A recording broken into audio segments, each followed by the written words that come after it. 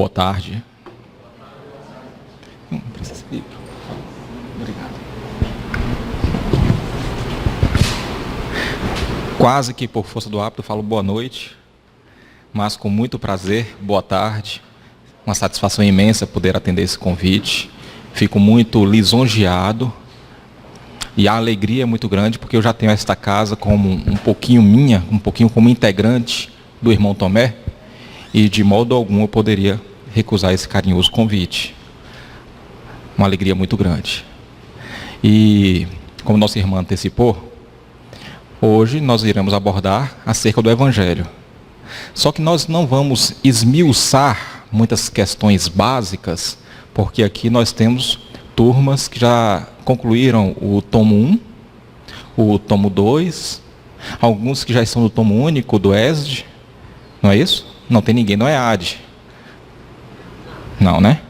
Então é tomo 1, tomo 2 e alguns no tomo único. Então não vamos nos prendermos a questões muito basilares para não se tornar um estudo muito repetitivo do que já foi visto. Não é verdade? O propósito hoje é compreender o que é o Evangelho, se o nosso ponto de vista em relação ao Evangelho tem se aproximado do ponto de vista da espiritualidade superior, acerca do que eles entendem por Evangelho. Deixa eu colocar o microfone aqui, senão nossos irmãos que estão nos acompanhando pela internet não vão nos ouvir, né? A não ser que eles saibam fazer leitura labial. Então esse é o nosso propósito do estudo de hoje. A Idade Média, ela testemunhou dois extremos que proporcionaram uma mudança na psicosfera ambiente, uma mudança para pior. Proporcionaram uma contaminação do ponto de vista espiritual nunca antes vista, por conta desses dois extremos de uma mesma linha. De uma mesma linha. Um extremo foi o fanatismo religioso, a fé absurdamente cega, onde, em nome de Deus, em nome de Jesus Cristo, se derramou muito sangue, se matou muito, chegando aos extremos mesmo, com as cruzadas, com as inquisições. A partir do iluminismo, no afã, nos propósitos de colocar um basta, de frear esses absurdos, veio a razão humana com toda a sua força. A razão humana também teve o seu extremo. Por quê? Porque o propósito é, não vamos colocar Deus em nenhuma cogitação, porque quando se fez isso, não deu certo. Se derramou muito sangue.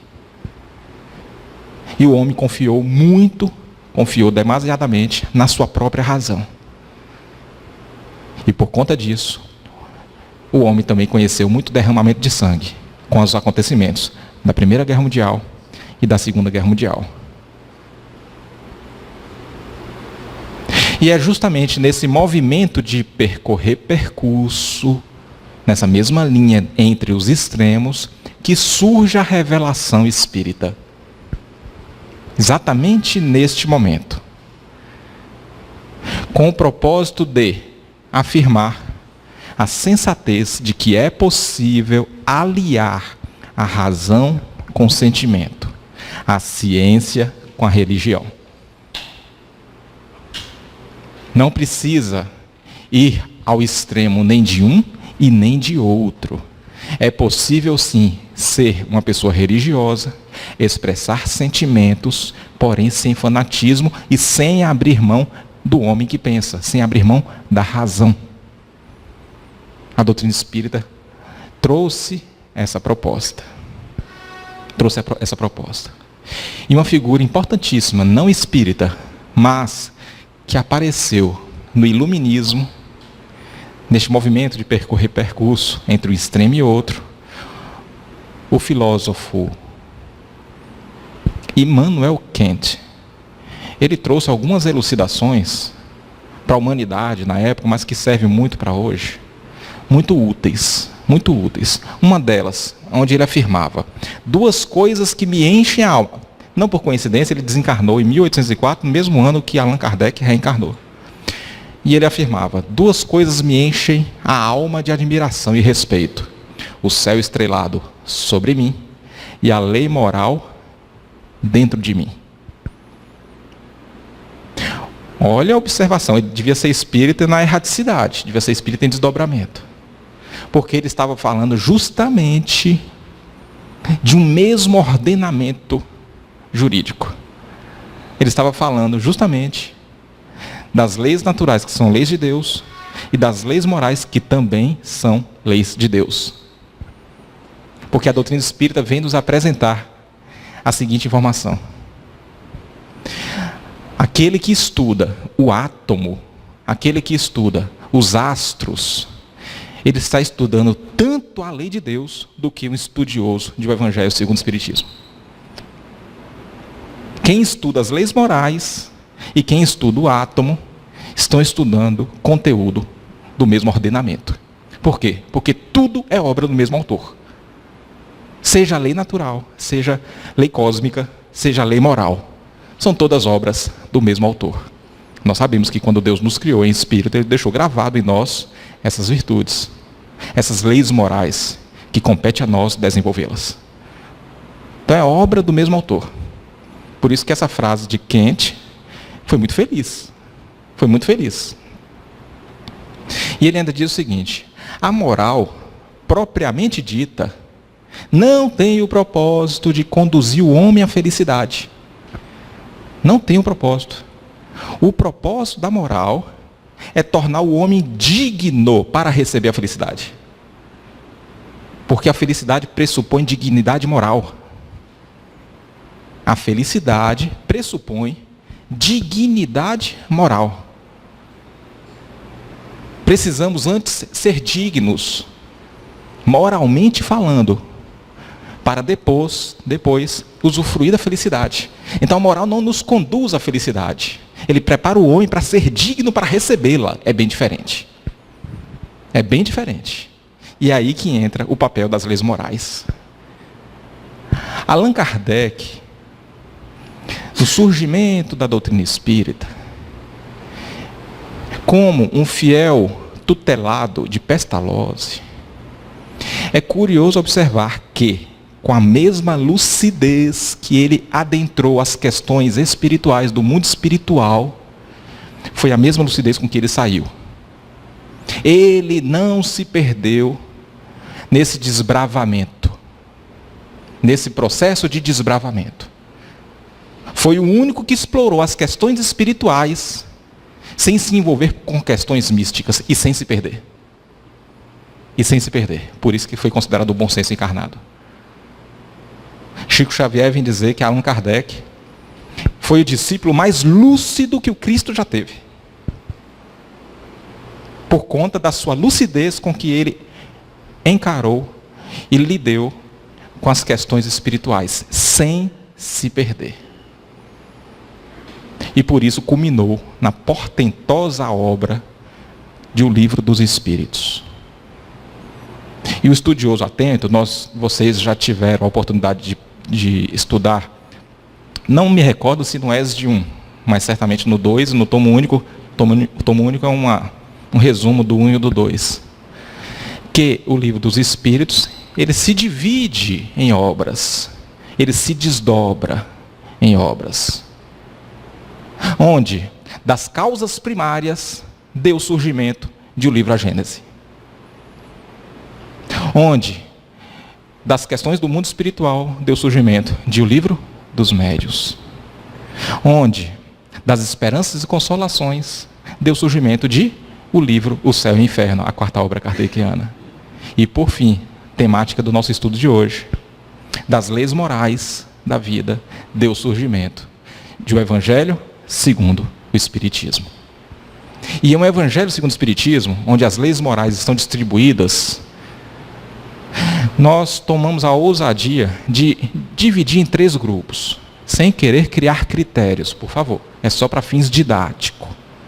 3 grupos. Onde o primeiro grupo de lei moral, já que não vai dar o tempo, não está a nosso favor para discorrer cada uma delas aqui, até porque vocês já viram essas leis morais minuciosamente no ESD 1, no ESD 2, no tomo único. Os grupos que a gente pode dividir. O primeiro grupo de lei moral é o grupo onde trata da relação do homem com Deus. O segundo grupo da lei moral é o grupo onde trata da relação do homem com ele próprio. E o terceiro grupo das leis morais é onde trata da relação do homem para com o próximo. Para com o próximo. E todos esses 3 grupos e todas as leis morais são para atender um único propósito. Para atender a mente arejada do homem do presente.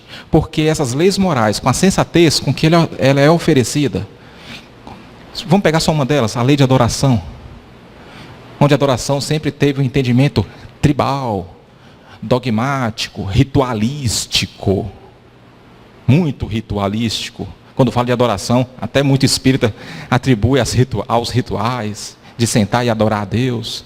E aí vem a doutrina espírita e fala, não. Adorar a Deus é elevar o pensamento, porque a gente adora aquilo com que a gente se associa melhor. Quando você conversa com uma pessoa que gosta muito de música, você passa a se associar com a música e você está naquele momento adorando música. Porque você está vibrando musicalmente. Quando você passa a conversar com um drogado, você começa a se associar com a mente do drogado e você passa a vibrar droga. E você passa a adorar droga. Então, lei de adoração, na realidade, é vibrar com a espiritualidade superior através da elevação do pensamento. Porque nós adoramos aquilo com que nós associamos. Então, é possível adorar a Deus caminhando na rua, aqui em Vitória, tomando sorvete, por exemplo. Em qualquer lugar é possível adorar a Deus, desde que tenhamos a mente elevada. Não vai dar para tratar de todas as leis, como eu falei, mas eu peguei só uma para poder a gente perceber o papel da doutrina espírita para o homem de mente arejada. Imagina se a gente fosse discorrer aqui as 10. Mesmo que resumidamente. Mas esse não é o propósito do estudo de hoje. O propósito é aproximar o nosso ponto de vista em relação ao Evangelho ao ponto de vista da espiritualidade superior. Será que nós entendemos? Porque nós estamos estudando o Evangelho segundo o Espiritismo. Mas o nosso entendimento de Evangelho, nosso, como espírito imortal, por favor, como espírito imortal, o nosso entendimento de Evangelho é o mesmo dos tutores da vida maior, daqueles que organizaram o material de estudo nosso, é o mesmo.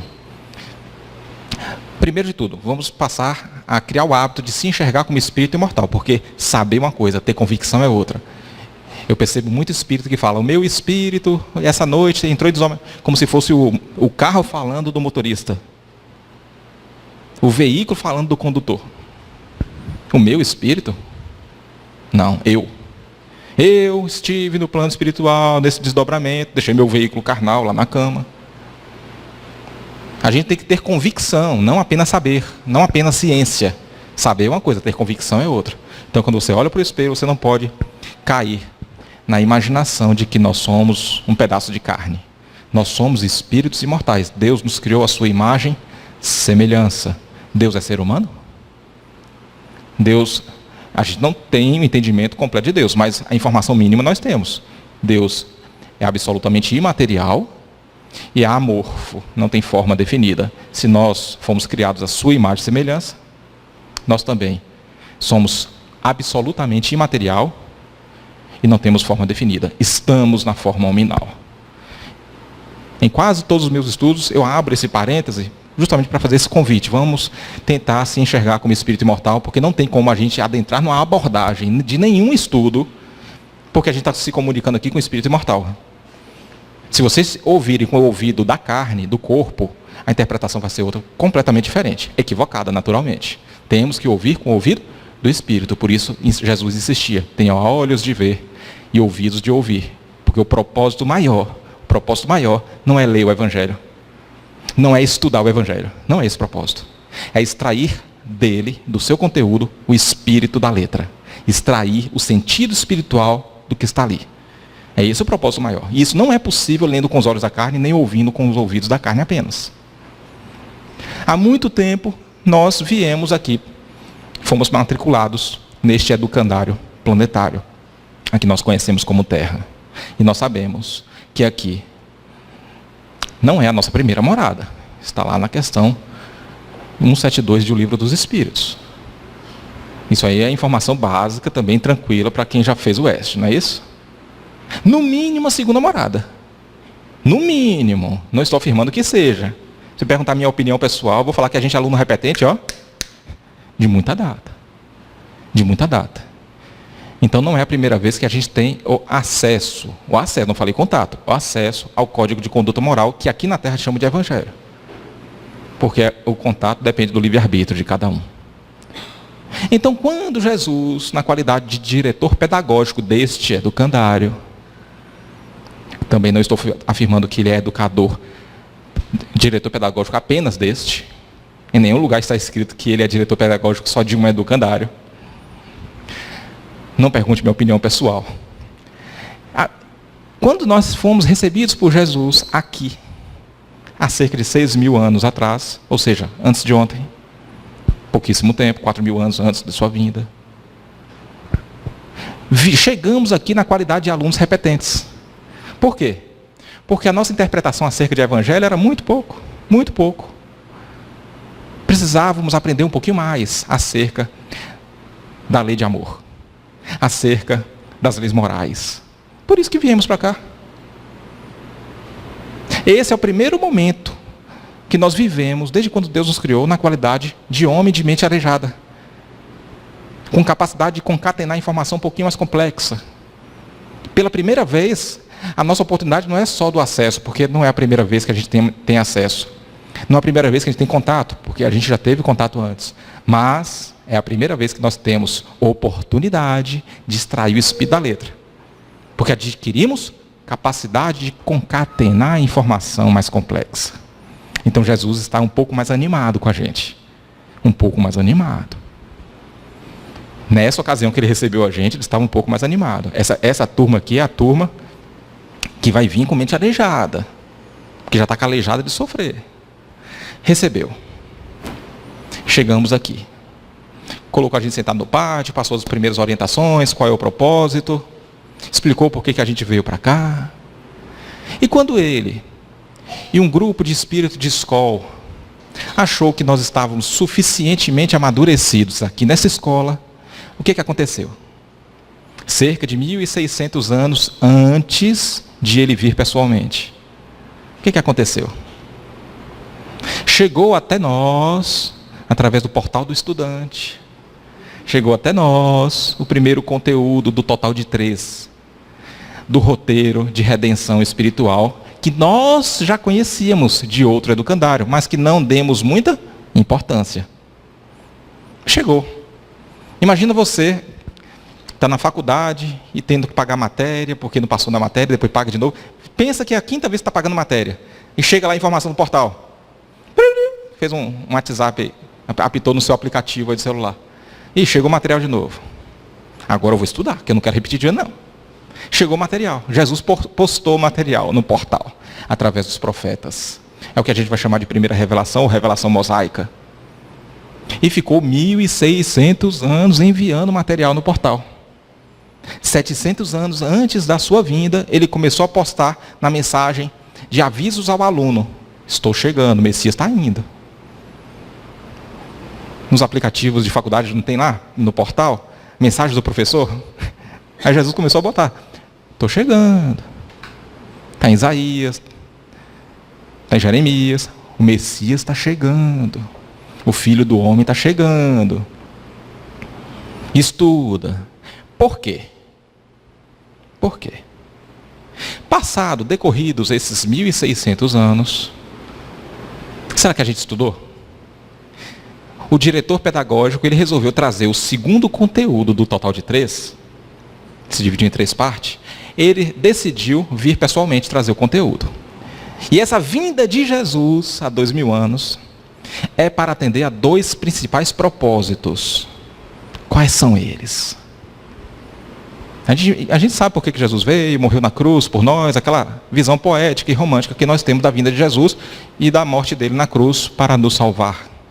Mas vamos ser práticos, vamos raciocinar como alunos que somos espirituais.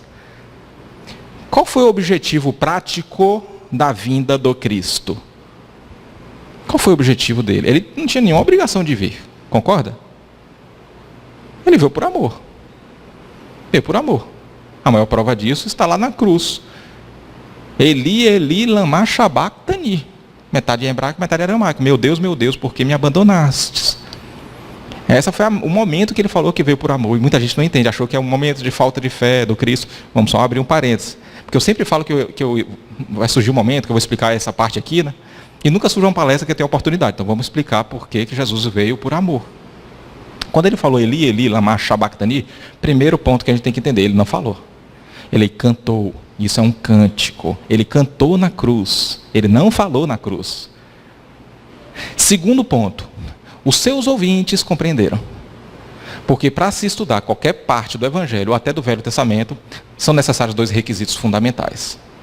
Primeiro requisito, conhecimento das realidades espirituais trazidas pela doutrina espírita. Segundo requisito, conhecimento mínimo que seja, da cultura do povo hebreu. Se a gente não tiver esses 2 conhecimentos aliados no estudo, qualquer interpretação que fizermos será equivocada, até do Oeste. Até do Oeste. Qualquer interpretação será equivocada. Ah, mas eu tenho conhecimento das realidades espirituais. E o conhecimento da cultura do povo hebreu? Para você se colocar no lugar do ouvinte de Jesus da época. Muitas vezes a gente estuda as passagens que Jesus fala, parábolas, por exemplo, sem estudar o contexto. Pega uma parábola e estuda uma parábola só. A gente vai falar isso daqui a pouquinho na palestra. Grangear e amigos. Se a gente não tem esse cuidado de estudar o contexto, quanto mais de estudar a cultura do povo hebreu. Quanto mais. E Jesus falou, Eli, Eli, lama sabachthani. Só que eles entenderam perfeitamente. E falaram, ele está falando aí que não tinha obrigação de vir, que veio por amor. Mas como que eles compreenderam dessa forma e a gente não? Simplesmente porque Jesus, ele narrou o início de um cântico, de um salmo davídico. Davi era poeta. Davi fazia cânticos. A maioria dos salmos nós sabemos que é de Davi. E tem o salmo de Davi que começa Eli, Eli, lama sabachthani. E o povo, os ouvintes, sabiam exatamente a história daquele cântico. Se eu cantar aqui para vocês, eu tenho tanto para lhes falar, e não falo mais nada, eu paro por aí. Você saberia se eu queria te passar uma mensagem de amor ou ódio? Sabia, por quê? Porque você sabe a história da música, que Roberto Carlos escreveu para Maria Rita, o amor de sua vida. É uma mensagem de amor, não de ódio. Eu tenho tanto para lhe falar, eu posso falar um bocado de coisa ruim ou um bocado de coisa boa. Mas vocês entenderam a reticência. Os apóstolos entenderam também o significado da reticência. Porque eles sabiam a história.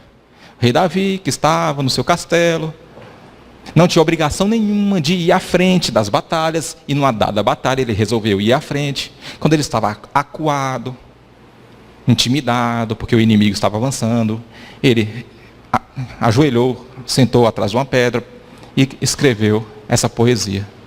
Que começa assim, meu Deus, por que me abandonastes? E ele discorre a história que culmina na fé em Deus, que Deus não iria abandonar e ele sabia disso, e que ele não tinha nenhuma obrigação de ter saído do castelo dele, para Deus enxergar isso nele. Veja, meu Senhor, eu não tinha nenhuma obrigação de sair do meu castelo, estou aqui à frente para mostrar como se faz. Eu saí do meu rei, porque o meu reinado não é deste mundo, é de lá. Eu saí do meu reinado, por favor, observe isso em mim e me ajude. Mas ele começa o cântico, meu Deus, por que me abandonaste? Ele começa assim.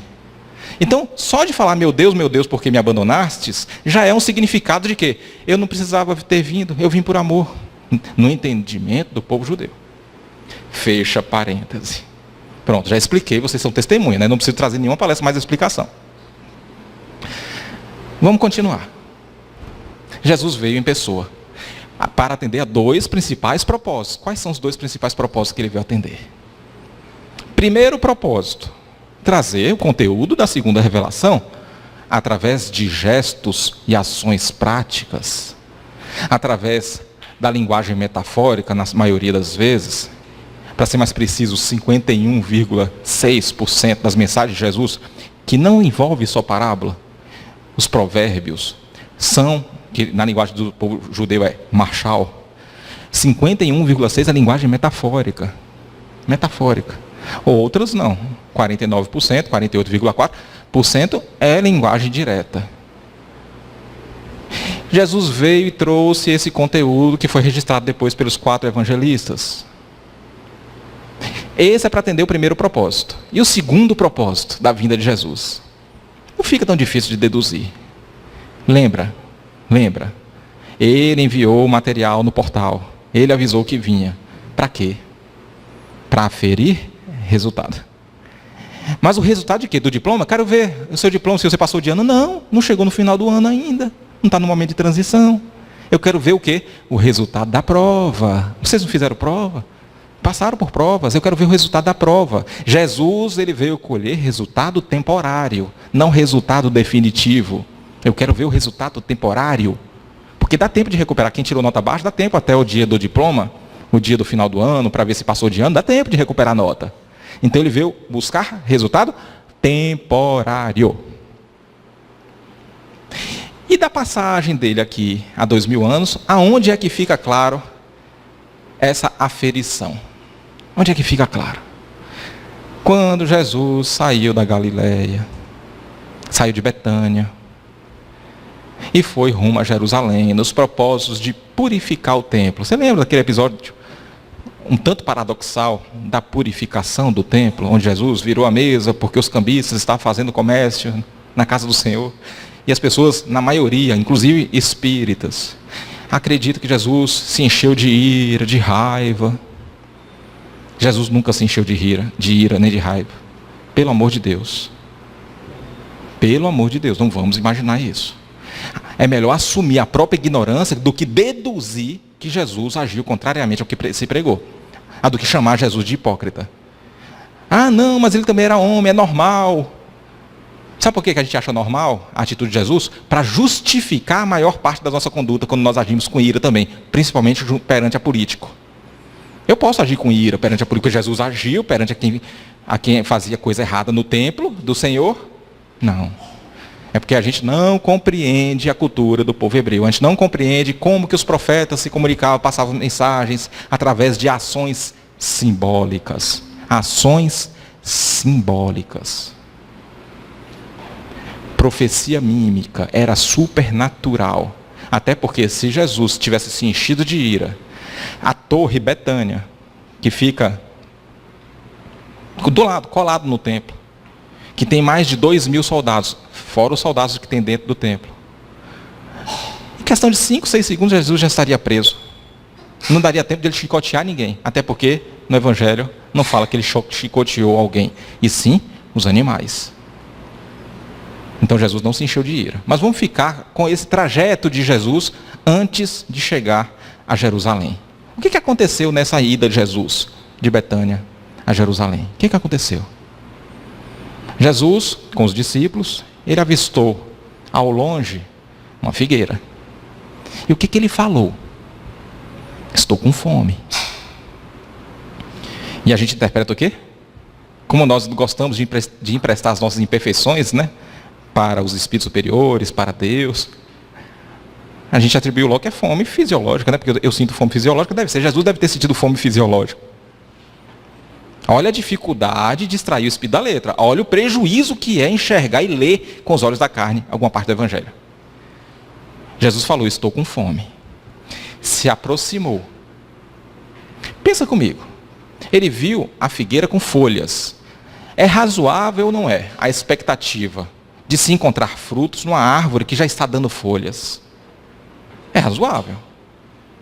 Mas não era natural dar figo, porque era início de abril. Figo naquela época só se dava no verão, na Galileia. Ou seja, no final de maio, naquela região. Se Jesus, e todo mundo sabia que figo só dava no final de maio, e eles estavam ali, naquele momento, no início de abril, Jesus tinha motivo de se irritar? Porque não encontrou figo? Você se irritaria? Você avistou ao longe um pé de manga. Estranho, nem é época de manga, e o pé está todo verdinho. Aí você chega lá perto, tem manga não. Você ia se irritar? Normal. Você acreditou que era o quê? fruto temporão, ou fruto fora de época. Jesus falou, estou com fome.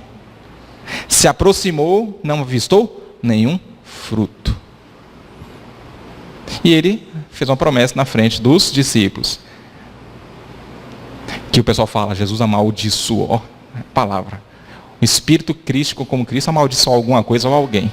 Nós amaldiçoamos quando somos contrariados. Jesus não. Então não vamos emprestar mais uma vez as nossas imperfeições a Jesus. Jesus amaldiçoou a figueira.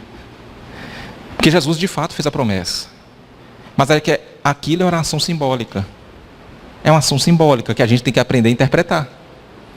Prometo que ninguém mais coma fruto de ti para sempre. Que ninguém mais coma fruto de ti para sempre. Eles foram a Jerusalém. Aconteceu aquele episódio da purificação do templo. Retornaram no outro dia. E quando retornaram, perceberam que a figueira tinha secado, da raiz até a última folha. Agora vamos tentar interpretar e tirar a lição espiritual. Quando Jesus falou, estou com fome, que fome ele estava? Fome de resultado espiritual. Não era fome fisiológica de comer figo ou uvas. Não era fome fisiológica. Era fome de resultado espiritual. Eu quero ver a nota da prova, porque eu botei material no portal. Ele chegou próximo da figueira, não encontrou. Não encontrou. Sabe por que não tinha motivo de ele se irritar? Ele fica triste, é diferente. Se você fosse um professor que fosse mandando material para o seu aluno, e você percebeu lá na hora da aferição, que ele não fez prova nenhuma, e se fez, tirou nota baixa, você ia ficar triste? Você se esforçou, você cumpriu com a tua obrigação de postar o material, mas o aluno não cumpriu com a obrigação dele de estudar. Triste você ia ficar. Agora, se você fosse espírito puro, você não ia se irritar. Se irritar, não. Se entristecer, natural. Natural. Bom, Jesus, ele não encontrou resultado espiritual daquilo que se esperava. Mas ele não se frustrou. Ele já meio que imaginava. Talvez tinha esperança, né? Mas aluno repetente, não vou guardar muita esperança, não. Por quê? Porque lá em Oséias, no Velho Testamento, tem uma profecia onde parece que é Jesus falando. Miqueias também. E várias outras passagens parece que é o próprio mestre falando. E quando a gente vai estudar lá no livro O Consolador, na questão 296, tem a pergunta, não parece que algumas mensagens de alguns profetas do Velho Testamento, parece que é Jesus falando meio que indiretamente, intuindo indiretamente? O que Emmanuel fala? Indiretamente não. Jesus intuiu diretamente todos os profetas do Velho Testamento. Todos. Olha só. Diretamente. Então, Jesus se utilizando de Oséias, olha a mensagem que ele deixa. Já prevendo esse momento, tentar colher um fruto temporã. O que é fruto temporã mesmo? É a nota da prova, não é a nota do diploma. Ele não está querendo cobrar o canudo. Não. Eu não quero ver se vocês se tornaram criaturas regeneradoras para habitar um mundo de regeneração. Eu quero ver se você tirou a nota temporária. Nota temporária equivale a frutos temporão, que dá fora de época. Fora de época. E ele vem em Oséias e fala, achei a Israel como uvas no deserto. Vi a vossos pais como a fruta temporã da figueira no seu princípio. Mas eles foram para Baal Peor. Baal a gente sabe que é o Deus cultuado pelos pagãos, pelos politeístas. E Peor é um monte da Galileia de antigamente, onde se reuniam as meretrizes. Meretrizes politeístas. E é como se Jesus estivesse falando o seguinte, que nós não foi de nossa vontade querer estudar. A gente queria mais ficar no recreio, na baderna, em Baal Peor. Se desvirtuar daquilo que é necessário fazer. Baal Peor, no nosso entender aqui, é ficar o tempo todo na hora do recreio, ao invés de estudar. E eles foram para Baal Peor e se consagraram a essa vergonha e se tornaram abomináveis. Se referindo a nós, tá? Se referindo a nós, alunos repetentes. Miqueias, capítulo 7, versículo 1. Aí ele deixa bem claro aquele momento do encontro, onde ele já esperava não encontrar resultado nenhum. Porque ele fala, sou como quem colhe frutos de verão na respiga da vinha. Não há nenhum cacho de uvas para provar, nenhum figo novo que eu tanto desejo. Nenhum figo novo que eu tanto desejo. Eu mandei o material no portal, mandei, avisei que eu estava chegando, Messias está chegando. Cheguei lá, cadê? Esses alunos repetentes não trabalham. Podia ter encontrado algum fruto temporão, podia ter encontrado uma nota da prova. Eu não cobrei o diploma, até porque não era época de separação do joio do trigo, de quem vai ser reprovado e quem vai ser aprovado. Eu só queria fruto temporão, uma nota temporária. Uma nota temporária. Eu não encontrei. Não encontrei. Lembra da promessa que ele fez? Que ninguém mais coma fruto de ti? Passaram-se 1.800 anos. Você vê que a divisão de período está quase que igual, do primeiro para o segundo, do segundo para o terceiro. A espiritualidade superior, o corpo pedagógico que auxilia Jesus, achou que nós já estávamos suficientemente preparados para receber o terceiro conteúdo do total de 3. Chegou até nós a revelação espírita. E nessa revelação espírita, ele cumpre aquilo que ele prometeu 2.000 anos atrás. 1.800 anos atrás, né? Da chegada do Espiritismo no século XIX. Que ninguém mais coma fruto de ti. No livro Brasil, Coração do Mundo, Pátria do Evangelho, tem uma narrativa entre Jesus e Ileu, onde ele vai falar o seguinte: Ileu é um dos seus braços direitos. Eu quero que você faça o transplante da árvore do Evangelho para a terra do Cruzeiro. Onde é que nós estamos? Na terra do Cruzeiros. A responsabilidade nossa, será que é maior um pouquinho? Jesus, se ele veio aferir resultado da prova, uma nota temporária, você acha que ele não vem aferir resultado do diploma? Agora? Você acha que ele já não está aferindo, porque já estamos aí em plena separação, entre aspas, do joio do trigo? Você acha que ele não está aferindo? Ele está aferindo. Mas ele, como bom pastor, cuidou. Ele continuou postando no portal. Porque todo mundo aqui sabe que a ovelha, ela só bebe água limpa, e se não cuidar, ela come joio no lugar de trigo. Então o pastor tem que guiar ali, aqui é trigo, aqui que é comida boa, aqui que é água limpa. Jesus nunca deixou, na qualidade de pastor, de nos guiar para águas mansas e tranquilas. Se nós nos desviamos do rebanho, foi por conta própria. Porque preferimos, na maioria das vezes, Baal Peor. Preferimos, na maioria das vezes, a hora do recreio. A hora do recreio é aquilo que a gente tem mais afinidade. Você percebeu que o responsável pelo conteúdo da primeira revelação é Jesus Cristo? Questão 296 de O Consolador. A gente sabe que da segunda revelação também. Não ficaria fácil deduzir a lógica que Jesus ele completasse o que começou? Muito bem. Na terceira revelação, olha só a curiosidade em relação à terceira revelação. Revista Espírita de maio de 1864. Allan Kardec ele estava recebendo em segredo, sob a orientação da espiritualidade, do Espírito da Verdade, recebendo em segredo, onde ninguém, nem o editor, sabia do que se tratava. Ele se isolou no retiro. Ninguém sabia. E na Revista Espírita de maio de 1864, descobriram o que ele estava fazendo. A propósito da imitação do Evangelho. Porque antes o Evangelho segundo o Espiritismo ia se chamar imitação do Evangelho. Depois, por sugestão do editor, que não sabia do que se tratava, mudou para Evangelho segundo o Espiritismo. E hoje a gente tem muita dificuldade de acatar sugestões, até em reunião administrativa do centro. Allan Kardec, o codificador, recebeu essa sugestão.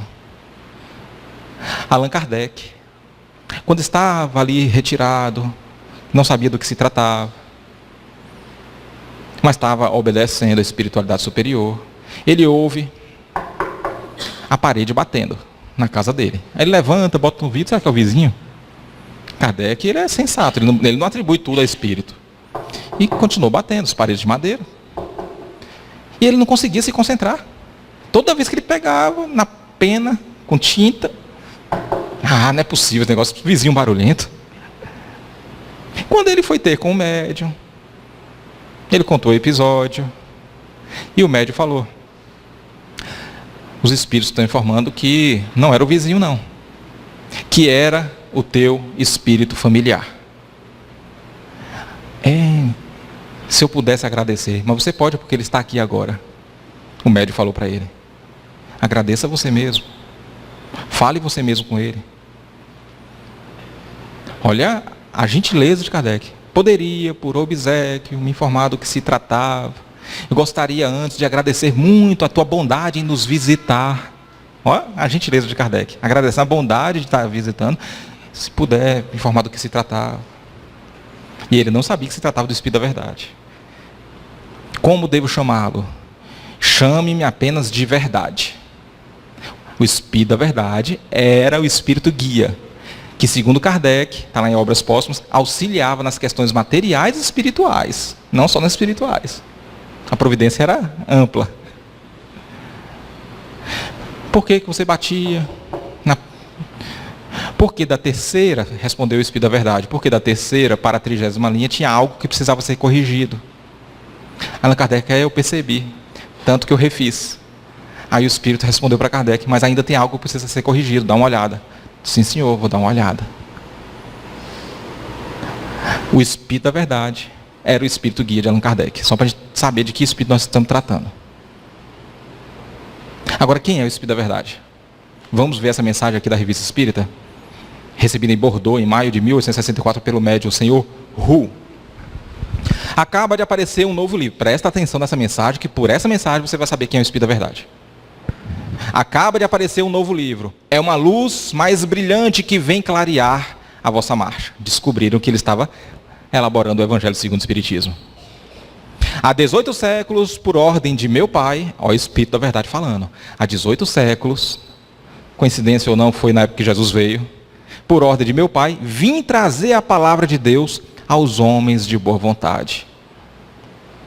Esta palavra foi esquecida pela maioria dos homens, e a incredulidade, o materialismo, vieram abafar o bom grão que eu tinha depositado em vossa terra. Há muitas moradas na casa de meu pai. Disse-lhes eu, há muitas moradas na casa de meu pai. Disse-lhes eu, há 18 séculos. O Espiritismo veio tornar compreensíveis estas palavras. Assinado o Espírito da Verdade. Deu para deduzir quem é o Espírito da Verdade? Em muitas vezes em O Livro dos Espíritos, em algumas respostas não fica claro, quando ele fala: mas eu vim trazer novamente. Ou seja, hoje, agora, nesse exato momento, 7:06, nós temos o entendimento de que o Evangelho do Cristo não se resume apenas nas informações que ele trouxe do conteúdo da segunda revelação, como nos habituamos a aprender. O Evangelho do Cristo, ele é mais extenso. Porque ele começou a postar material desde os profetas. Ele começou a postar o material. Continuou postando pessoalmente quando veio há 2000 anos, e continuou postando pessoalmente, como na qualidade de Espírito da Verdade, nas respostas de O Livro dos Espíritos. Olha o tamanho do Evangelho do Cristo. Mas será que nós temos ideia do que é Evangelho? Emmanuel, uma vez ele foi indagado por Chico Xavier, porque Chico Xavier estava recebendo Jesus no lar, e Nélio Lúcio era um dos poucos espíritos que tinha plena afinidade com Chico, de vibração. Então não tinha necessidade de ele passar o livro para Emmanuel e Emmanuel passar o livro para Chico, como era de costume, como aconteceu com André Luiz, por exemplo, com as obras de André Luiz. Então, enquanto Chico estava recebendo as obras diretamente de Nélio Lúcio, as obras não, a obra Jesus no Lar, bateu uma curiosidade de Chico. A gente sabe que espírito mais evoluído não fica à toa. Nós ficamos, espírito evoluído não. Ele perguntou: Emmanuel, meu bom guia, por onde é que você anda quando estou recebendo Jesus no lar? Ah, Chico, eu ando frequentando aulas de evangelização nas altas esferas do plano espiritual ligada à Terra. Não vamos esquecer que até um planeta atrasado. Mas essas aulas de evangelização devem ser lá naquelas regiões onde vive Asclépios. Quem estuda André Luiz aqui sabe quem é Asclépios. E ele falou, e eu vou te confessar o seguinte, Chico. Lá eu me sinto um crocodilo. Se Emmanuel, ele se sente um crocodilo nas aulas de evangelização. Eu, Cristiano, sou um tiranossauro rex, talvez. Aqueles dinossauro bem grande. Então, o que entendemos de evangelho, mesmo entendendo que o evangelho não é só aquele conteúdo da segunda revelação, é algo muito maior, faz parte de um cronograma imenso, trazidas pelo Cristo. Mesmo com essa compreensão, precisamos ter em mente, o que nós apreendemos, assimilamos, ainda é uma gota no oceano. Porque Emmanuel, a pessoa que tem mais competência para interpretar o evangelho, fala que ele se sente um crocodilo nas aulas de evangelização. E aí Jesus, ele está aqui na nossa frente novamente. Só que agora não é para cobrar, não é para procurar fruto temporâneo, nota temporária. Ele quer o quê? O diploma. Ele quer o diploma, porque agora ele está procurando a gente nem abril não, está procurando dezembro, na formatura. Não é fruto temporâneo não. É nota. Ele quer a nota. E aí nós temos que nos perguntarmos, o que eu tenho feito na qualidade de trabalhador? Porque se Deus nos criou a sua imagem e semelhança, e o principal atributo de Deus, muita gente fala que é amor, mas amor não pode ser o principal atributo de Deus, porque Deus é amor. É sinônimo. Deus e amor é a mesma coisa. Então qual é o principal atributo do amor? Qual é o principal atributo de Deus? Trabalho. Deus, desde quando Deus é Deus, e Deus é Deus para todos sempre, Ele nunca deixou de trabalhar em nosso favor, em favor de seus filhos. Se nós fomos criados à sua imagem e semelhança, nós fomos criados para o trabalho. E quando nós insistimos em não trabalhar, em ficar só em Baal Peor, algo dá errado. E a prova maior de que algo tem dado errado é que estamos aqui hoje no mundo de expiação e prova. Essa é a maior prova de que algo deu errado. E aí Jesus vem cobrar novamente. Você está em Baal Peor ou você está na sala de aula? Eu vou cobrar nota de novo. De novo. E aí, para a gente encerrar, conta-se que um mineiro foi visitar um primo mineiro, uma pacata cidade de Minas.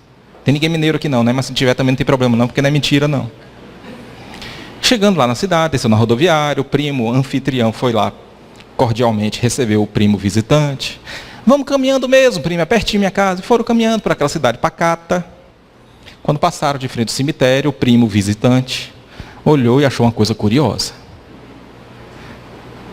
Fulano, 1 ano, 2 meses, na lápide. Cicrano, 2 anos e 3 meses. Beltrano, 4 anos e tantos meses.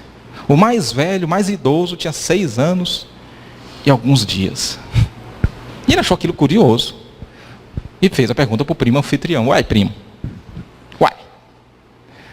Aqui só morre criança? Não morre velho, não? E o primo anfitrião respondeu. Não, primo, você não está entendendo. É porque aqui na nossa cidade, na lápide, nós temos o costume de registrar só os dias efetivamente vividos. Aquele momento que você saiu, abriu mão dos seus interesses pessoais, saiu da sua redoma para ajudar o próximo